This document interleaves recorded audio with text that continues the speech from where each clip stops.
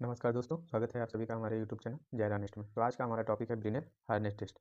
इस वीडियो में आपको ब्रेनल हार्डनेस लास्ट तक अगर आप ये वीडियो ध्यान से देखेंगे तो आपको ब्रेनल हार्डनेस टेस्ट से लेकर टेस्ट में कोई भी कन्फ्यूजन नहीं बचेगा और साथ ही आपको एग्जाम में पता लग जाएगा कि एग्जाम में हमें कितना किस पॉइंट ऑफ व्यू से लिखना है ताकि हम मैक्सिमम मार्क्स स्कोर कर सकें। ठीक है, तो ध्यान से इस वीडियो को लास्ट तक देखें।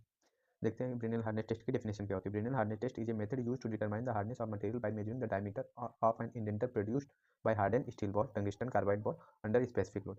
यानी कि किसी भी, ये डेफिनेशन बता रही किसी भी स्पेसिफिक लोड के अंदर किसी भी सैंपल में जो इंडेंट करता है बॉल का, तो इसी इंडेंटर को ये मेजर करता है हार्डनेस। यानी कि ये जो बॉल है, इंडेंटर बॉल टाइप का इंडेंटर इसमें यूज होता है, ये कितना उसको पेनिट्रेट करेगा इसी को मेजर करता है। ये किसमें एक्सप्रेस किया जाता है? ब्रेनल हार्डनेस नंबर में इसकी ये यूनिट होती है। मतलब इसी में एक्सप्रेस, यूनिट तो नहीं बोल सकते क्योंकि ये ब्रेनल हार्डनेस नंबर होता है जो कि बताता है कि इसकी जो हार्डनेस ब्रेनल से करेंगे तो इतना नंबर आएगा। सिग्निफिकेंस सेम होता है जैसा कि पिछले के सभी वीडियो में है। इसका जो टेस्ट मेथड होता है वो ASTM-E, ध्यान से देखेंगे तो ये जो ई है इसमें ई लगता है। ई क्यों लगता है? जो मिसलेनियस टेस्ट होते हैं कुछ उसमें ई लगता है। अगर आप देखेंगे कि जो टेस्टिंग हमारा है वो तीन चीज़ें लेकर चलता है। ASTM-D जो कि हम पॉलीमरिक मटेरियल पर करते हैं, और एक ये हो गया ASTM-E। यहाँ पर ई जो है ये मिसलेनियस सब्जेक्ट में, मतलब कुछ ऐसे टेस्ट होते हैं जो कि पॉलीमर पे जनरली नहीं किए जाते हैं। कुछ क्रिटिकल ही एप्लीकेशन होते हैं जिनमें हमें टेस्ट की ज़रूरत पड़ती है।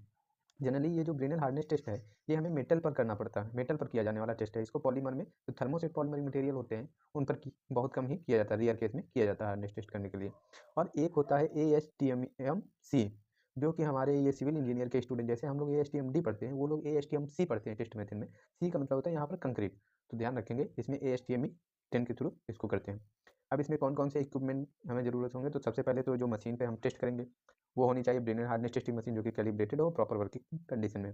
फिर इंडेंटर कौन से? हार्डन स्टील बॉल और टंगस्टन कार्बाइड बॉल। जो हार्डन स्टील बॉल होगा वो सॉफ्ट मटेरियल हो, जो टंगस्टन का होगा वो हार्ड मटेरियल के लिए यूज होगा। और फिर इसमें एक सॉफ्ट मटेरियल यानी कि एल्युमिनियम का भी बॉल यूज होता है। जो प्लास्टिक वगैरह होते हैं उनके टेस्ट करने के लिए हम एल्युमिनियम बॉल का ही भी यूज कर लेते हैं जो कि सस्ता पड़ जाता है। फिर क्या? लोडिंग सिस्टम, लोड लगाने के लिए, लोड सेल उसको मेजर करने के लिए एनविल चाहिए, माइक्रोस्कोप चाहिए, स्टैंडर्ड ब्लॉक चाहिए, वर्नियर चाहिए होता है। तो इन सबका आप लोगों को पता है कि इनका यूज क्या क्या है। ठीक है, फिर स्पेसिमेन। स्पेसिमेन, इसका जो ब्रेनल हार्डनेस टेस्ट है ये इसका स्पेसिमेन के लिए एक कंडीशन होती है कि जो surface must be clean, smooth and flat. जो इसके स्टैंडर्ड में लिखा हुआ है कि इसका सरफेस जो है वो क्लीन, स्मूथ और फ्लैट होना चाहिए, और जो उसकी थिकनेस हो वो 10 टाइम्स ऑफ इंडेंटेशन। यानी कि सैंपल जो बॉल है वो कितना इंडेंट करेगा, यानी अगर ये इतना इंडेंट कर रहा है इस इतने पोर्शन को, तो इसकी जो थिकनेस है ये इतना डेप्थ में जाएगा, जैसे 1 mm गया डेप्थ में। ठीक है, तो इसकी थिकनेस कितनी होनी चाहिए? 8 से 10 के बीच में होगी। ठीक है, 8 से 10 mm के बीच में इसकी थिकनेस होगी। कंडीशनिंग वाली लैब टेम्परेचर पे हम इसको कंडीशन करेंगे। तो ये हमारा इसमें डायग्राम आ जाता है कि डायग्राम कैसे बनाएंगे। तो ये हमारी मशीन कुछ इस तरीके से दिखती है, ब्रेनल हार्डनेस टेस्ट मशीन। ये हमारा स्पेसिमेन है, ये एनविल हो गई। ठीक है, और ये हमारा बॉल इंडेंटर हो गया। जो इंडेंटर का डायमीटर होता है वो 10 mm होगा। जो ये इंडेंटर लगा हुआ है यहाँ पर बॉल वाला, उसका डायमीटर 10 mm के आसपास होता है। ठीक है, तो जब हम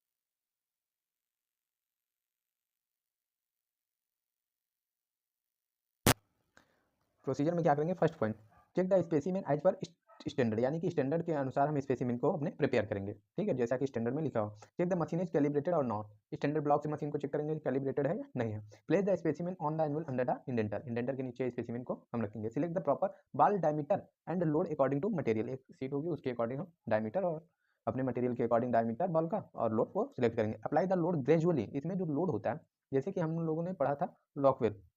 रॉकवेल में क्या होता है, जो लोड होता है वो पहले तो माइनर लोड लगेगा 10 kg का, फिर मेजर लोड लगता है। इसमें माइनर लोड नहीं लगता। क्यों नहीं लगता माइनर लोड? क्योंकि इसका जो सरफेस है वो क्लीन स्मूथ होना चाहिए, और उसमें ऐसी कोई कंडीशन नहीं है। इसमें स्पेसिफिक जो सैंपल प्रिपेयर करने के लिए उसके सरफेस को फिनिश करने के लिए, जैसे मेटल का जब हम करते हैं तो उसके सरफेस को पहले हम स्मूथ करते हैं, फिनिश करते हैं उसको प्रॉपर, उसके बाद टेस्ट करते हैं। तो इसमें माइनर लोड और मेजर लोड का कोई इंडेंटर नहीं रहता है, तो इसमें लोड को हम ग्रेजुअली अप्लाई करते हैं, कितने ड्वेल टाइम के लिए। जो ड्वेल टाइम होता है जनरली 15 से 30 सेकंड का होता है। फिर क्या करते हैं, measure the diameter indenter by using the microscope. Microscope जो इसमें होता है, जैसे कि डायमीटर कभी कभी मीटर में बहुत छोटा बना होता है, उसको मेजर करने के लिए हम माइक्रोस्कोप का यूज करते हैं, जो कि इमेज को मैग्नीफाई करके हमें उसका डायमीटर देता है। ठीक है, अब इसके बाद क्या आ जाएगा, इसके बाद आ जाएगा ये हमारा रिजल्ट। ठीक है, तो रिजल्ट आ जाएगा ये, इस फॉर्मूले को हम लिख करके उसका कैलकुलेशन कर लेते हैं। ठीक है, एग्जाम में आपको इसके बाद एक हेडिंग और डाल करके लिखनी कि फैक्टर अफेक्टिंग, जो कि पिछले वीडियो में हमने बताया हुआ कि कौन कौन से फैक्टर अफेक्ट करेंगे टेस्ट को। एग्जाम में आपको यहीं तक लिखना है, इसके आगे हम आपको बताएंगे कि इसमें रिजल्ट में हम इसकी कैलकुलेशन कैसे करते हैं। ठीक है, तो देखते हैं आगे क्या दिया हुआ है। तो ये हमारा बाल इंडेंटर दिया हुआ है, जो डायमीटर है ये इसका डायमीटर 10 mm दिया हुआ है, 10 mm।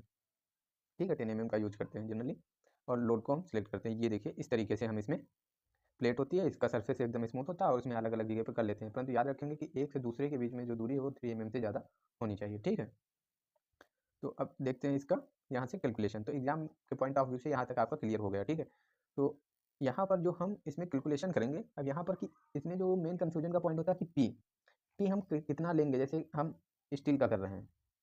ठीक है, तो हम पी कितना लेंगे, तो इसका फॉर्मूला होता है पी अपान का D square is equal to का के क्या होगा, जो हमारी के होता है, के की वैल्यू उस पर डिपेंड करती है कि वो जो बॉल है, जो ये हमारा इंडेंटर है, इसका जो ये बॉल है, ये किस मेटल का बना हुआ है।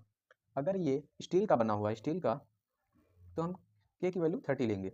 अगर ये हमारा कॉपर का बना हुआ है, तो हम के की वैल्यू कितनी लेंगे, 10। अगर ये हमारा एल्युमिनियम का बना हुआ है, फिर से लिखते हैं, स्टील का है, तो के की वैल्यू आ जाएगी, स्टील की है तो के हमारा हो जाएगा 30, और कॉपर या एलॉय का बना हुआ है तो हमारा के की वैल्यू जो होगी वो हो जाएगी 10, और अगर हमारा एल्युमिनियम या सॉफ्ट मटेरियल का बना हुआ है तो हमारी के की वैल्यू आ जाएगी 5। तो जो फार्मूला होता है पी अपान का डी स्क्वायर इजल टू का के, तो इस फार्मूले में इसको रख करके हम लोड कैलकुलेशन करेंगे। ठीक है, तो हम इस 10 को रख रहे हैं, एग्जाम्पल के तौर पर 10 को रख रहे हैं। ठीक है, तो जो हमारा आया पी इजल टू का 10, और जो हमारा उसका डायमीटर है वो कितना है, जो हमारा उसका बॉल का डायमीटर है ये, तो ये बॉल का डायमीटर कितना होता है 10, तो 10 का स्क्वायर करेंगे तो ये हमारा कितना आ जाएगा 1000 के आसपास। ठीक है, अगर यहीं पर 5 को रखेंगे, जैसे कि सॉफ्ट मटेरियल के लिए हम 5 लेते हैं, तो प्लास्टिक के लिए तो 5 रखेंगे तो 500 kg का लोड आ जाएगा। ठीक है, अब इसी को फॉर्मूले में एक्सपोर्ट करते हैं यहाँ पर, तो यहाँ पर आ जाएगा हमारा 2 इंटू, अगर प्लास्टिक मटेरियल कर रहे हैं तो सॉफ्ट मटेरियल से भी हम लगा सकते हैं, जो इसका के वैल्यू हमारी 5 आ जाती है, तो 500 kg का लोड आ गया। फिर पाई यहाँ पर डी 10 रखेंगे, डायमीटर उसका 10 है, 10 माइनस का अंडर रूट 10 का स्क्वायर, और माइनस का वो डी की जो इसमें स्मॉल डी है,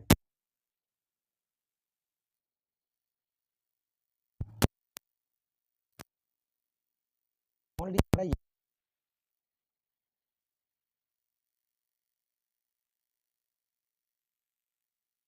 से मिलेगा,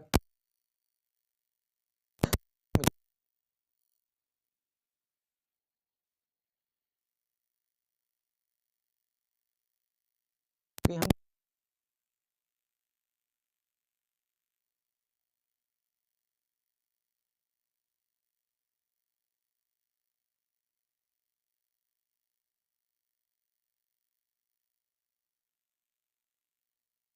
इनको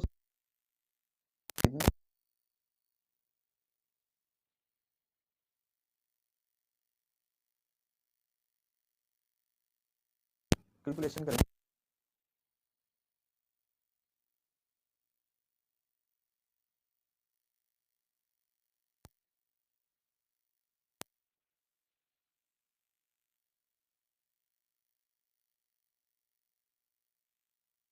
तो इसको सॉल्व करने के बाद हमारा कुछ आंसर आएगा 482। तो इसको जब रिप्रेजेंट करते हैं, जो हमारा रिजल्ट वो 482 के अराउंड आएगा। इसको लिखेंगे कैसे कि 482 बी एच ब्रिनल हार्डनेस 10 और अपान का 500, ये हमारा क्या रिप्रेजेंट करता है, करता है कि जो बॉल का डायमीटर वो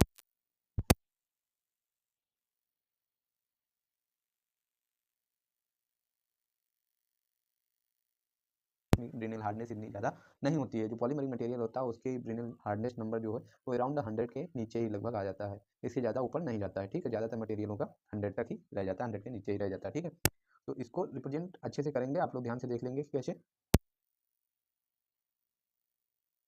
और 10 अपान का 500। ठीक है, ये 10 क्या रिप्रेजेंट करेगा, बॉल का डायमीटर 500। तो आई थिंक आप लोगों के सारे कन्फ्यूजन क्लियर हो गए होंगे और आप लोग ब्रेनल हार्डनेस टेस्ट को अच्छी तरह समझ गए होंगे और आपके मन में कोई कन्फ्यूजन नहीं रहेगा। अगर आपके मन में कोई कन्फ्यूजन है तो आप कमेंट कर देंगे, तो मैं उसका कमेंट में रिप्लाई कर दूंगा, ठीक है। तो नेक्स्ट वीडियो यहाँ से हमारा हार्डनेस टेस्ट कंप्लीट हो जाता है, हार्डनेस के सारे टॉपिक क्लियर हो जाते हैं। अब हम नेक्स्ट वीडियो में नेक्स्ट टॉपिक पर क्लियर करेंगे, ठीक है। Thank you for watching this video.